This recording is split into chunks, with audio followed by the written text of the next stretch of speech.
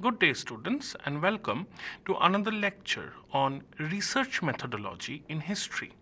Today, we will be talking about the Enlightenment, scientific revolution, and historiography. The 17th century brought some crucial changes that affected the historical discipline. The rise of science with the scientific revolution and the rise of new philosophies challenged the prevailing models of history and even caused a short term decline. History had to overcome this challenge, and therefore it is this aspect that we must look at first. Afterwards, we will look at how history flourished during the age of the Enlightenment. So, first, we must look at the rise of science. The late 16th and early 17th centuries saw a remarkable revolution in scientific development that has been termed as the scientific revolution. This idea was first articulated by Immanuel Kant at the end of the 18th century and Auguste Comte in the early 19th century. But it was Ernst Mach who first theorized about a period of sudden explosive scientific progress. This theory attributed the rise of science to the work of four men: Nicholas Copernicus, who proposed the heliocentric theory; Johannes Kepler, who discovered the laws of planetary motion; Galileo Galilei, who had achievements in both astronomy and physics and formulated the laws of dynamics; and Isaac Newton, whose laws of motion, gravitation, and light brought modern science into its own. However, more recently, historians have cast doubt on this theory of a sudden, abrupt revolution in science. Rather, it was thought that progress had been made by a continuous process consisting of stages. These stages were firstly the rise and growth of the new astronomy that shifted focus from the Ptolemaic, geocentric, and geostatic theories to heliocentric ideas. And secondly, the growing emphasis on mathematics, experiments, and observation to understand and analyze nature. Thus, this was a long term process with its roots in the late medieval era. Even more recently, this idea of a huge era of scientific progress that went against the established religion has been contested. It has been argued that many of the scientists were thoroughly religious themselves and wanted to use their discoveries to purge religions of superstition. They still tried to bring in God as an explanatory mechanism.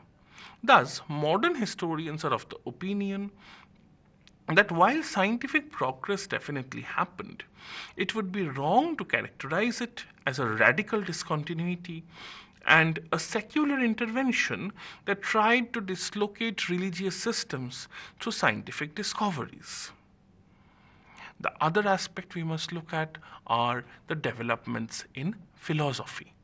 The 17th century also saw epochal advancements in philosophy. Two new schools of thought developed: rationalism and empiricism. Rationalists believed that the most important ideas are already present in the human mind and that they need to be reasoned out through the deductive method, where conclusions are derived from general propositions or hypotheses. The empiricists believed that our sense experiences are the source of reliable knowledge, and they supported the inductive method of formulating general laws and principles from observation and experience. The most well-known exponent of rationalism was the philosopher René Descartes. He did not have a high opinion of history. He felt that the historian's interest in the past instead of the present was escapist by nature. He also felt that it was impossible for historians to present an accurate picture of the past, and because of the confusion regarding what the past actually contained, history was useless in the present. However, his criticisms actually helped history to develop further in two ways. Firstly, the rationalists emphasized doubting everything unless it was confirmed to be true. This helped historians criticize earlier authorities and gain independence from traditional views. Secondly, the criticism of historical research about the past pushed historians to look for a more solid foundation of historical knowledge, and this avenue of research was followed up by a host of brilliant researchers like Giambattista Vico, Pierre, Bayle, and many others. Empiricists who emphasized on the need for observation and used the inductive mode of knowledge were more friendly towards historical thinking, and certain famous empiricist philosophers like Francis Bacon and David Hume were also authors of historical works. Another branch of philosophy that flourished during this period was skepticism. There was a generally questioning attitude that subjected authorities and established truths to increased scrutiny. This was greatly influential in history, with books like On the Lack of Certainty in History by Lamotte Lever, a general critique of Meimberg's History of Calvinism, and Historical and Critical Dictionary by Pierre Bayle, which pointed out errors and biases in historical works. Jesuit scholar Jean Hardouin asserted that many of the more prized Christian writings were actually 14th century forgeries. Thus, skepticism was instrumental in shaping a more critical view of scholarship.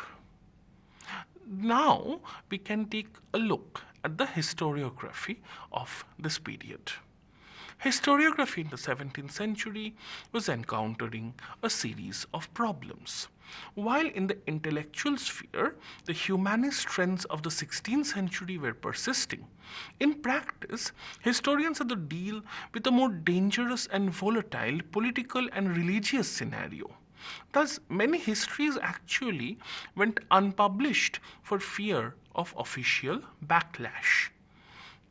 The history that did get written was a continuation of the rhetorical trends of the last century. This history was concerned about the relations between humans and nature, society and culture, and between nations. This history focused on causation and explanation. The other type of historical scholarship was Antiquarian theory that focused on topography, literature, philosophy, and physical remains like monuments. This history lost favor and was in fact not even seen as history by many, which was a major problem, as it did contribute substantially to historical scholarship. The questioning of history as a legitimate discipline by the rationalist philosophers led to the explosive growth of focus on historiography and methodology. This was the age of the ars historica, where hundreds of manuals were written examining the historical method. Historiography thus moved away from its Renaissance antecedents to become something more critical. And in spite of its marginalization, antiquarian scholarship not only continued, it intensified further. It has been argued that antiquarian scholarship of this period brought about a revolution in historical method. They focused on the non-literary in sources, thus bypassing many of the criticisms against prejudice in history. They also laid the foundation for the study of culture. The antiquarian tradition that had flourished in the age of the Renaissance focused on the monuments, inscriptions, and archaeological sources and expanded further, especially in England and France. Benedictine monks like Mabilla, Montfaucon, Tillemont, and Muratori were especially distinguished. They had a comprehensive knowledge of the sources and used footnotes in their writing, showing a startling scrupulousness regarding their fidelity of written material. Their argument was that things like charters, public announcements, coins, inscriptions, and statues were more reliable sources than written literary sources. Among their number was Ezekiel Spanheim, the founder of modern numismatics. Paleography, iconography, epigraphy, and numismatics transformed archaeology into a vastly more effective method for knowing the past. The need for comparison of literary and non literary sources and the rules for confirming the authenticity of archaeological discoveries were also being framed and accepted at this time. Now we come to the historiography of Francis Bacon. Widely regarded as the father of empiricist philosophy, Bacon firmly believed in the inductive method of reasoning. He wanted to employ the empirical inductive method to investigate both nature and humanity. Bacon also argued for a new way of writing that eliminated rhetorical flourishes in favor of precise language. However, Bacon has more value as a philosopher than a historian, as he did not really apply his methods and ideas to his own history. His book, History of the Reign of King Henry VII, relied uncritically on older sources without using the inductive method, and remained in its literary quality very much a continuity of the rhetorical tradition. However, it did have its redeeming features, especially in its thematic structure, which eliminated superfluous details and showed the development of various themes along chronological lines. This has caused many historians to term it as the first modern classic of English history. The real revolution in this period came from two outstanding scholars, Pierre Bayle and Giambattista Vico. Pierre Bayle was a French skeptic philosopher who used his critical mode of thought to find errors in established scholarship. His famous historical and critical dictionary contained critical evaluations of history, religion, literary criticism, and philosophy. This book had a very wide readership. Bayle contributed to the development of historiography in specific ways. Firstly, he raised the problem of the reliability of historical knowledge by showing the errors not just in scholarship but in the sources themselves, thus indicating the need for a more firm foundation of historical knowledge. He paid attention to all phenomena to discern fact from error. Finding accurate facts was his main goal, and he was interested in facts for their own sake. He argued that only critical research that used footnotes could help find the truth of history. While Descartes may have doubted the possibility of ever finding historical truth, Bayle believed that it was possible. After all, it was possible to find mathematical truth, and that only existed in the mind, whereas historical truth also had concrete existence. His belief in objectivity and the critical method helped him to find errors in the Bible and the ecclesiastical tradition, thus revolutionizing the field of religious studies. Now we move on to Giambattista Vico. Vico is regarded as the first true historical philosopher. The greatness of his thought puts him in the first rank.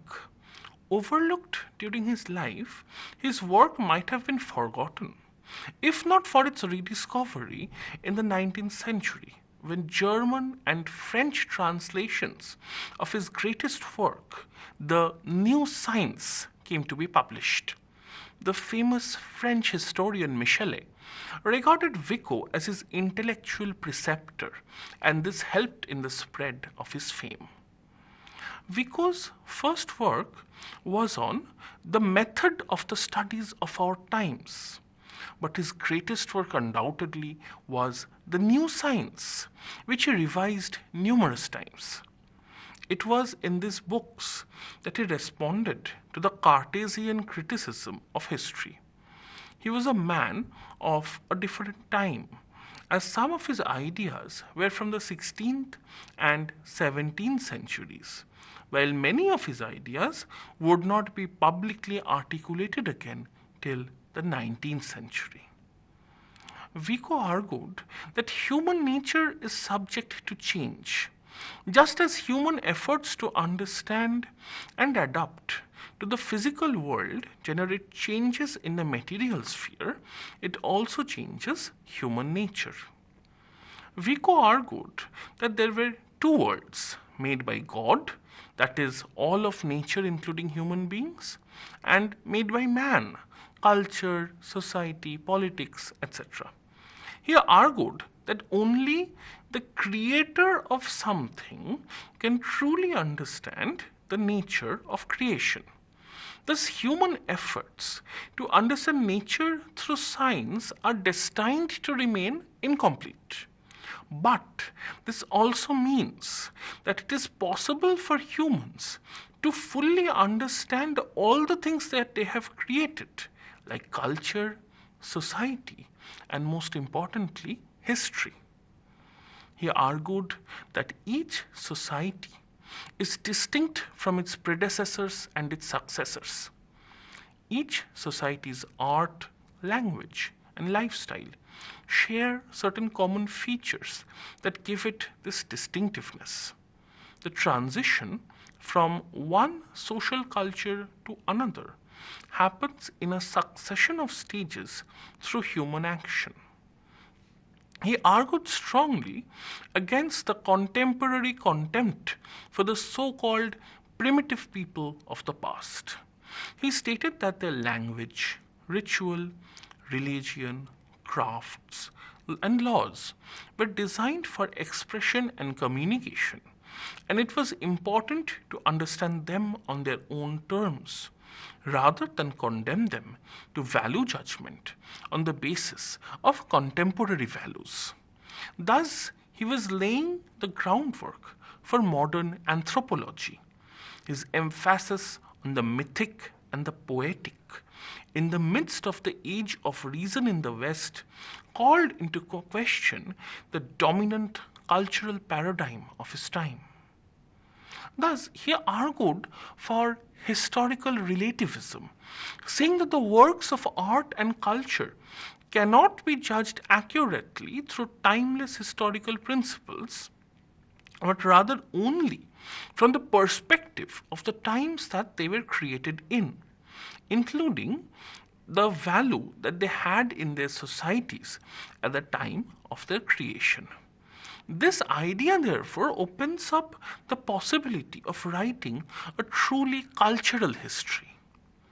To make this possible, he argued for a new methodology that would be more than just inductive reason. It would be a sort of reconstructive imagination that would enable the historian to enter the mental world and culture of the peoples of the past to see their achievements through their own eyes. Thus, Vico suggested some truly profound and far-reaching philosophical and methodological innovations. With this discussion, we can now enter into the period of the Enlightenment. It is not easy to define the Enlightenment, as there exists more than 200 years of discourse on its nature. It can very roughly be defined as a Eurocentric intellectual movement in the 18th century that saw an efflorescence in philosophy, in science, in literature, in art, and culture, with its central theme being an appeal to reason. But it left behind a contradictory legacy that ranged from greater liberty and secularization to brutal oppression and violence. Now we will take a look at the historiography of the Enlightenment. History flourished during this age, and we see here a new type of historian, the philosopher-historian, which came forth as the chief exponent of the Enlightenment. These historians were possessed of a cosmopolitan outlook, and they greatly expanded the scope of history. First, we will discuss Montesquieu. Montesquieu was a French political thinker and historian. His writing had a strong deterministic flavor, as he believed that environment and institutions, and not individuals, drove the forces of historical change. This belief comes forth very strongly in his book, The Politics, which was about the English Civil War. In his book, Considerations on the Causes of the Grandeur and Decadence of the Romans, he tried to find the general laws of human behavior and the general theory of historical causation. Here he argued that it was the institutions that shaped the individuals and guided their behavior. In his famous book, The Spirit of the Laws, we see the extent to which he believed in the role of geography in history. He argued that a republic could only control a small area, a monarchy could control a medium-sized area, and a despotism could control a very large area. He argued that the people who lived in cold climates were more intelligent, prudent, honest, and reliable. And the people of the hot climates, in his opinion, were sensuous, weak, and inconsistent. He argued that the only thing that could give human beings agency in the context of the grand determining powers of geography and climate was the spirit of the laws determined by culture, religion, and custom. Now we come to Voltaire, perhaps the most famous philosopher and intellectual figure of the entire Enlightenment. Voltaire was also a prolific historical writer. He first used the term philosophy of history and argued for a moral view of history devoid of superstition or theology. In his books, like The History of Charles XII, The Age of Louis XIV, Essays on the Manner and Spirit of Nations, History of the Russian Empire under Peter the Great, and Philosophy of History, we see his style of writing history. Voltaire's history was primarily a cultural history of customs and manners rather than a political or dynastic history. Instead of glorifying the cruel and bloodthirsty rulers, he argued for histories of laws, rights, and manners. To Voltaire, history was about the present, written using the sources generated in the present. In his opinion, history should spread the Enlightenment ideas of reason, liberty, freedom, and peace. To him, much of human civilization occurred in what he termed to be the fabulous period, that is, the period before the discovery of writing, of which there can naturally be no history. And even for the part of human civilization under the discovery of writing, he felt that only the time after the invention of the printing press could have a reliable history, that is, after the 16th century.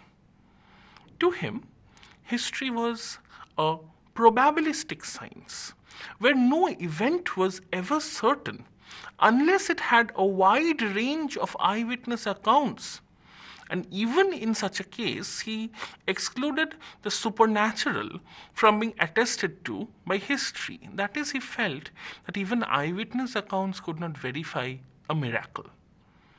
Voltaire was exceptional in the way he praised non European cultures.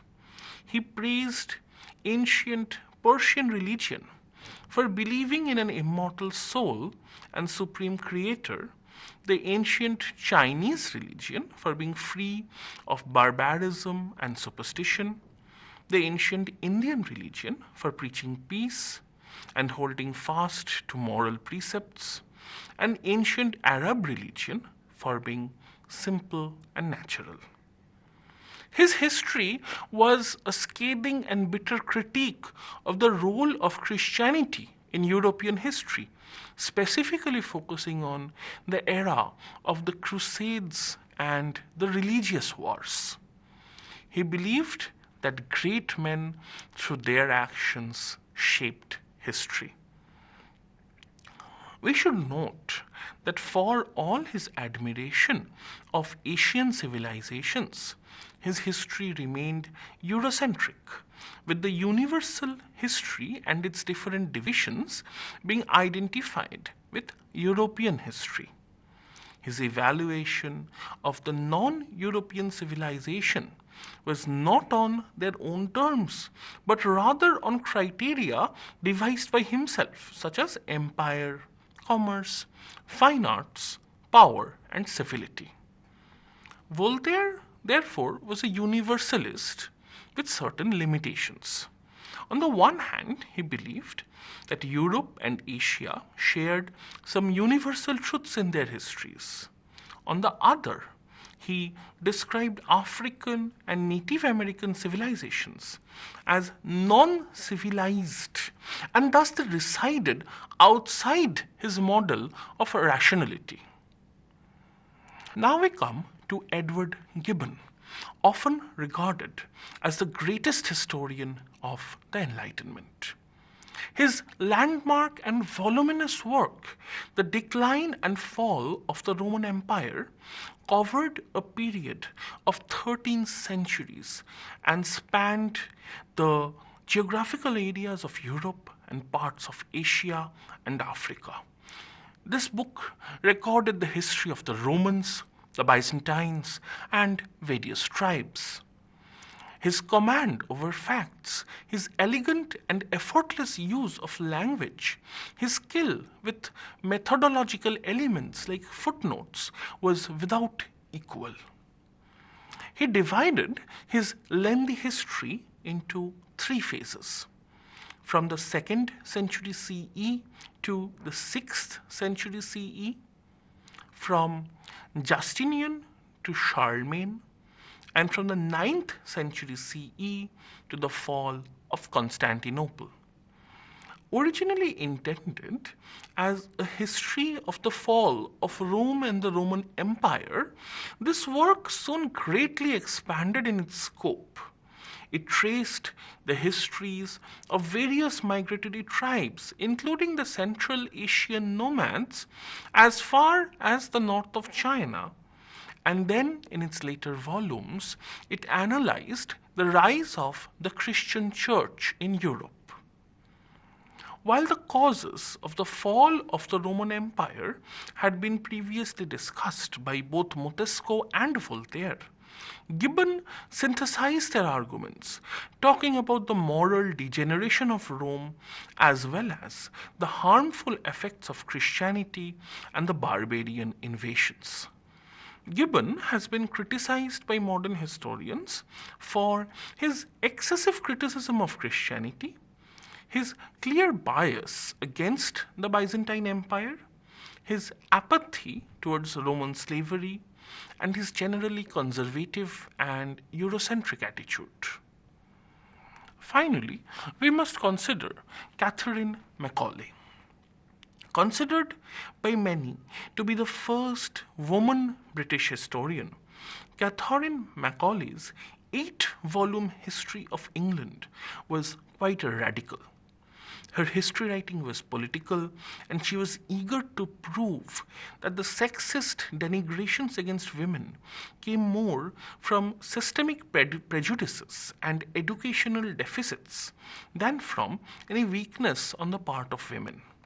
Thus, she criticized Edmund Burke for declaring that moral perfection and strength were the sole domain of men. Her opinion was that with correct education, women could easily equal men when it came to political achievements, and her history thus emphasized more on rights, liberty, and equality. Now that we have discussed some of the notable historians of the Enlightenment, we should take a brief look at the general features of Enlightenment historiography. In this period, the long-standing debate surrounding the superiority of the ancients versus the moderns, which had continued since the Renaissance, was decided in the favor of the moderns. It was argued that the moderns had the advantage of improvement through progress, accumulation of knowledge, a more rational and relevant outlook, and a scientific attitude in the writings. There was also a general shift from the cyclical view of history to the linear view of history.